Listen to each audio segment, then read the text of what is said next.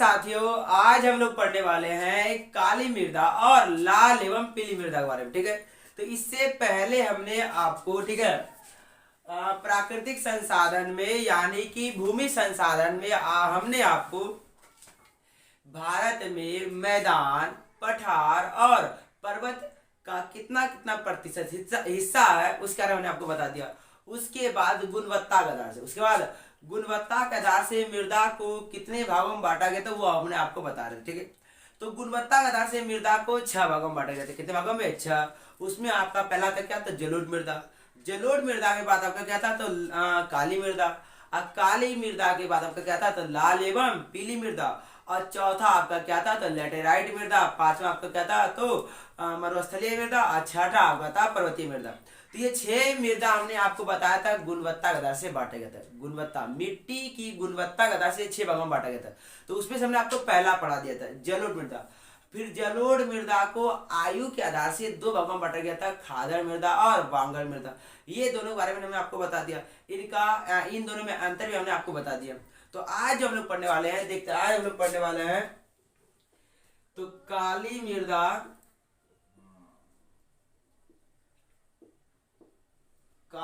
पढ़ने वाले हैं। ठीक है दोस्तों, और ये दूसरा है। और तीसरा है लाल एवं पीली मृदा। लाल एवं पीली मृदा।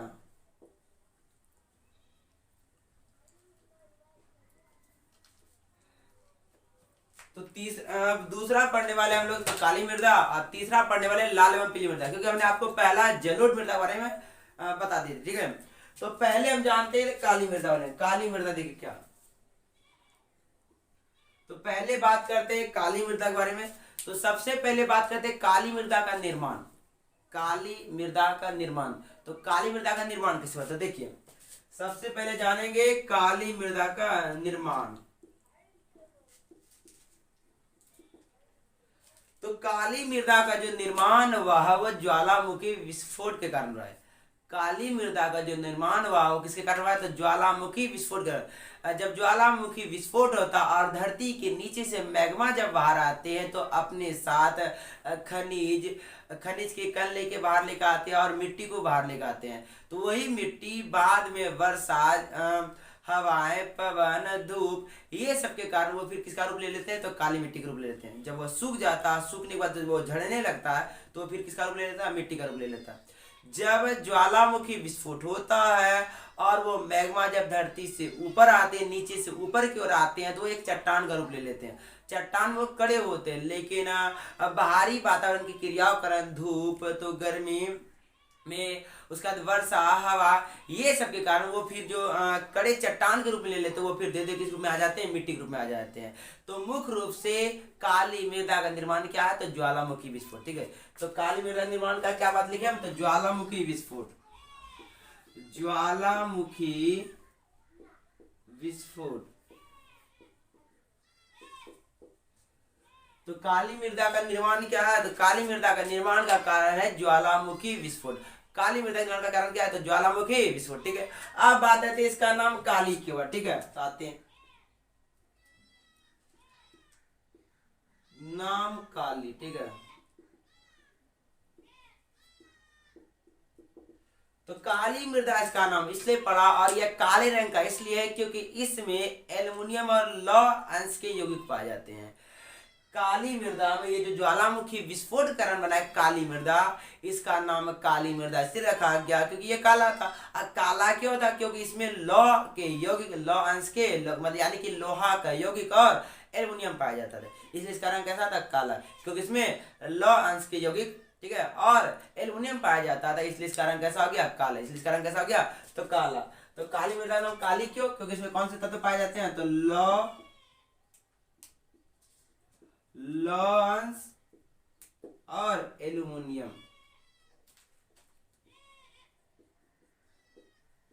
तो इसमें पाया जाता था लौह अंश और एल्युमिनियम। लौह अंश यानी कि लोहे के यौगिक, लोहे के यौगिक और एल्युमिनियम पाए जाने के कारण इसका रंग कैसा था? तो काला। कैसा नाम था? इसका रंग कैसा था? तो काला। कैसा? काला।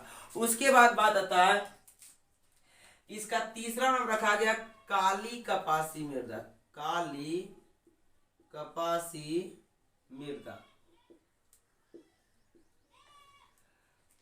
काली कपासी मृदा। देखिए ये क्वेश्चन पूछा जाता है कि काली मृदा का दूसरा नाम क्या है, तो काली मृदा को काली कपासी मृदा भी कहा जाता है। काली मृदा को काली कपासी मृदा भी कहा जाता है। क्यों कहा जाता है? क्योंकि काली मृदा में सबसे अधिक अगर खेती किसी चीज की होती है तो वो होती है कपास की। काली मृदा में जो सबसे अधिक खेती होती है किसी चीज की, वो किसकी होती है? कपास की। इसलिए काली मृदा को क्या नाम रखा गया? काली कपासी मृदा। इसलिए काली मृदा का नाम क्या रखा गया? काली कपासी मृदा। काली मृदा में सबसे अधिक खेती किसकी होती है? तो कपास की। तो हम लिख देते हैं काली कपासी मृदा। तो इसका नाम काली कपासी मृदा क्यों रखा गया? तो क्योंकि क्योंकि काली मृदा में क्योंकि काली मृदा में सबसे अधिक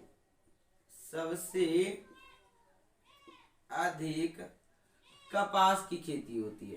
कपास की खेती होती है। तो देखिए, तो काली कपासी मृदा, तो काली मृदा का नाम काली कपासी मृदा इसलिए रखा गया क्योंकि काली मृदा में सबसे अधिक खेती किसकी होती थी? तो किसकी? कपास की। इसलिए इसका नाम क्या रखा है? काली कपासी मृदा। काली कपासी मृदा, ठीक है। उसके बाद आते हैं इसका विस्तार। विस्तार कितना है इसका? ठीक है, अगला बात है इसका विस्तार, काली मृदा का विस्तार। तो काली मृदा का विस्तार, तो हमने आपको इससे पहले मतलब पिछले वीडियो में बताया था जलोढ़ मृदा का विस्तार। तो जलोढ़ मृदा का विस्तार भारत में जो था वो 6.4 करोड़ हेक्टेयर, 6.4 करोड़ हेक्टेयर किसका विस्तार था? तो जलोढ़ मृदा का। तो याद रखिए काली मृदा के विस्तार कितना है? तो 6.4 करोड़ हेक्टेयर भूमि। तो काली मृदा का विस्तार कितना है? तो 6.4। इसलिए इसको याद रखिएगा। क्वेश्चन पूछा जाता है कि काली मृदा का विस्तार कितना है भारत में, तो काली मृदा का विस्तार भारत में 6.4 करोड़ हेक्टेयर है, ठीक है। और जलोढ़ मृदा का विस्तार कितना था? तो 6.4 करोड़ हेक्टेयर। और काली मृदा का विस्तार कितना है? तो 6.4 करोड़ हेक्टेयर किसका विस्तार है? तो काली मृदा का, ठीक है। अगला बात आता है इसका स्थानीय नाम। स्थानीय नाम काली कपासी मृदा है। पहला इसका नाम काली मृदा, और काली मृदा का दूसरा नाम क्या रखा गया? काली कपासी मृदा। क्यों रखा गया? क्योंकि इसमें कपास की खेती अत्यधिक होती है, ठीक है। अब आता है इसका स्थानीय नाम, मतलब कि जहां यह मृदा पाया जाता है वहां इसका मुख्य रूप से क्या नाम लेते हैं?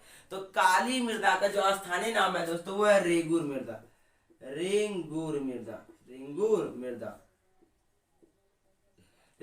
ये क्वेश्चन कई बार पूछा गया, काली मृदा का स्थानीय नाम क्या है?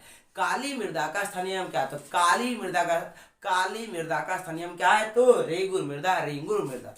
काली मृदा का स्थानीय नाम क्या है? तो रेंगूर मृदा। मतलब कि जहां यह मिट्टी पाया जाता है वहां के लोग मुख्य रूप से काली मृदा को किस नाम से जानते हैं? तो रेंगूर मृदा के नाम से जानते हैं, ठीक है। अब ये हो गया क्या कि इसका नाम रेंगूर मृदा। अब बात आता है इसमें पाया क्या किया जाता है? किस तत्व की अधिकता है?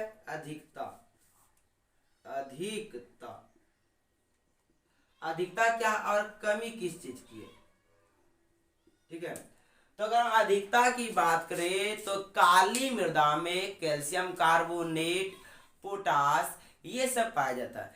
Calcium carbonate. अधिकता की बात करें काली मृदा में किस तत्व की अधिकता है? काली मृदा में किस तत्व की अधिकता की बात करते हैं इसमें मुख्य रूप से कैल्शियम कार्बोनेट और पोटास पाया जाता है, ठीक है। अधिक रूप में क्या पाया जाता है? तो कैल्शियम कार्बोनेट, कैल्शियम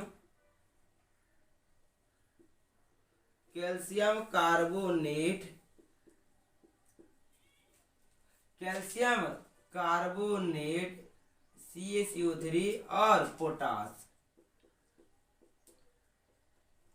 ठीक है। तो काली मृदा में अधिकता की बात करें, किस तत्व की अधिकता होती है? तो काली मृदा में कैल्शियम कार्बोनेट और पोटास की अधिकता होती है। और कमी की बात करें तो काली मृदा में जो कमी होती है वो फास्फोरस की होती है। किसकी कमी होती है दोस्तों? तो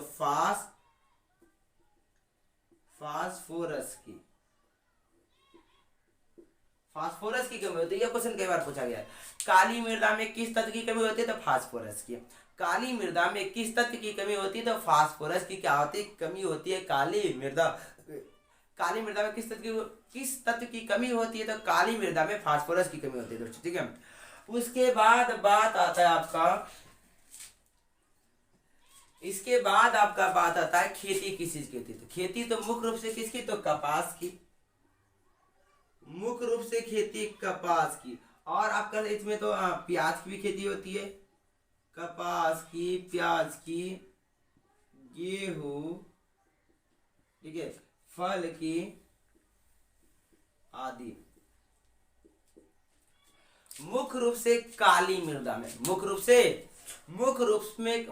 से काली मृदा में कपास की खेती अच्छी मानी जाती है। और भी अन्य फसलों की खेती होती है, किसी एक फसल की खेती नहीं, अन्य की फसल भी होती है, लेकिन मुख्य रूप से कपास, उसके बाद गेहूं, चावल, प्याज, फल, ये सब की खेती होती है किसमें? काली मृदा में।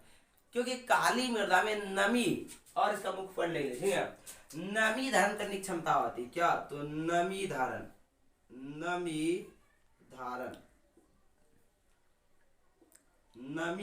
क्षमता अधिक, नमी धारण क्षमता अधिक होती है, ठीक है। क्योंकि काली मृदा में नमी यानी कि पानी को अपने अंदर सोख के रखने की क्षमता क्या होती है? अधिक होती है। क्योंकि काली मृदा में पानी को अपने अंदर सोख कर रखने की क्षमता क्या होती है? अधिक होती है, ठीक है। इसलिए पानी अगर कम भी होता है तो ये लोग अपने अंदर सोख के रखते हैं। कौन सी मृदा? तो काली मृदा। कौन सी? काली। अब इसका विस्तार तो देखिए कितना, तो 6.4 हेक्टेयर। लेकिन कहाँ कहाँ पाया जाता है मुख्य रूप से? तो मुख्य रूप से पाया जाता है दोस्तों, काली मृदा मुख्य रूप से पाया जाता है, अगर बात की तो महाराष्ट्र मुख्य रूप से आते हैं इसके अंदर। महाराष्ट्र में काली मृदा अधिक पाया जाता है। महाराष्ट्र के बाद आएगा कर्नाटक, तमिलनाडु,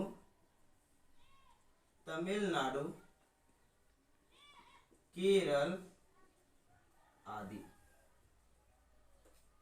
ये सब ऐसे क्षेत्र हैं जहां पर काली मृदा पाया जाता है। मुख्य रूप से काली मृदा महाराष्ट्र में सबसे अधिक पाया जाता है, इसलिए महाराष्ट्र में कपास की खेती भी सबसे अधिक होती है, ठीक है। महाराष्ट्र, कर्नाटक, तमिलनाडु, केरल। महाराष्ट्र, कर्नाटक, तमिलनाडु और केरल, ठीक है। तो ये जो हमारा मुख्य बात था किसका? तो काली मृदा बारे में। किसके बारे में? काली मृदा। आप टॉपिक बाय टॉपिक याद करेंगे तो आपको आसान होगा, क्योंकि बहुत लंबा चौड़ा लिखा होता है। अगर इसका मुख्य बात याद करें तो आपको बहुत काम देगा। पहला बात क्या? तो हम लोग पढ़ने वाले थे आज काली मृदा बारे में, ठीक है। क्योंकि गुणवत्ता के आधार से मिट्टी को 6 भागों में बांटा गया था: जलोढ़, काली, लाल एवं पीली मृदा, लेटेराइट मृदा, मरुस्थलीय मृदा और पर्वतीय मृदा। पहला जलोढ़ के बारे में पढ़ लिए, ठीक है, उसका वर्गीकरण भी पढ़ लिए। आज पढ़ने वाले काली हमने आपको क्या बताया? तो काली मृदा पहले निर्माण, तो काली मृदा का जो निर्माण हुआ तो ज्वालामुखी विस्फोट के कारण हुआ है। काली मृदा का निर्माण किसके कारण हुआ? तो ज्वालामुखी विस्फोट के कारण हुआ। उसके बाद काली मृदा का नाम काली ही क्यों हुआ? क्योंकि काली मृदा का रंग भी काला इसलिए था क्योंकि इसमें लौह अंश के यौगिक और एल्युमिनियम पाए जाते हैं। लौह अंश के यौगिक और क्या पाए जाते थे? एल्युमिनियम पाए जाते थे। इसका रंग कैसा हो गया? काला। कैसा हो गया? काला। कैसा हो गया? काला। उसके बाद बात है आपका काली कपासी मृदा। काली मृदा का नाम काली कपासी क्यों रखा? तो काली मृदा का नाम काली कपासी इसलिए रखा क्योंकि काली मृदा में मुख्य रूप से किसकी खेती होती थी? कपास की। किसकी अभी भी होती है? कपास की। सबसे अधिक काली मृदा में खेती अच्छी मानी जाती है कपास की। उसके बाद बात है किसका? तो विस्तार का। काली मृदा कितना पाया जाता है, ये कितना विस्तार है काली मृदा का पूरा भारत में? तो काली मृदा का विस्तार पूरे भारत में 6.4 करोड़ हेक्टेयर भूमि पर है। 6.4 करोड़ हेक्टेयर भूमि कितना है? तो काली मृदा विस्तार है। कहाँ? भारत में। और जलोढ़ का भी इतना है, याद रखिएगा। उसके बाद बात है आपका किसका? तो स्थानीय नाम। काली मृदा जहां पाया जाता है, जैसे कि महाराष्ट्र, वहां काली मृदा को मुख्य रूप से क्या नाम से पुकारते हैं? तो वहां जो स्थानीय नाम है काली मृदा वो है रेंगुर मृदा। कौन सा? रेंगुर मृदा, ठीक है। कई बार क्वेश्चन पूछा गया, याद रखिए इसको। उसके बाद अधिकता। काली मृदा में क्या अधिक पाया जाता है? तो काली मृदा में कैल्शियम कार्बोनेट CaCO3 और पोटास अधिक पाया जाता है। कमी किसी चीज की? तो काली मृदा में किस तत्व की कमी होती है? तो फास्फोरस की। याद रखिए, काली मृदा में किस तत्व की कमी होती है? तो फास्फोरस की कमी होती है, ठीक है। उसके बाद आपको क्या याद करना है? तो उसके बाद आपको याद करना है कि इसमें खेती किस किस की होती है? तो काली मृदा में पहले आपको बोले हमने मुख्य रूप से कपास, प्याज, गेहूं, फल, ये सब की खेती होती है। कहाँ? तो काली मृदा में। उसके बाद है आपका ये कि काली मृदा में नमी धारण करने की क्षमता अधिक होती है, मतलब पानी को सोख कर अपने अंदर रखने की क्षमता क्या होती है? अधिक होती है। लेकिन जब धूप होता है तो इसकी जो मिट्टी होती है वो फट पड़ जाती है, और वायु में अंदर वायु मिश्रण करने की क्षमता इसको अधिक होती है। वायु को मिश्रण करने की क्षमता भी क्या होती है? मिट्टी में अधिक होती है। किसमें? काली मृदा।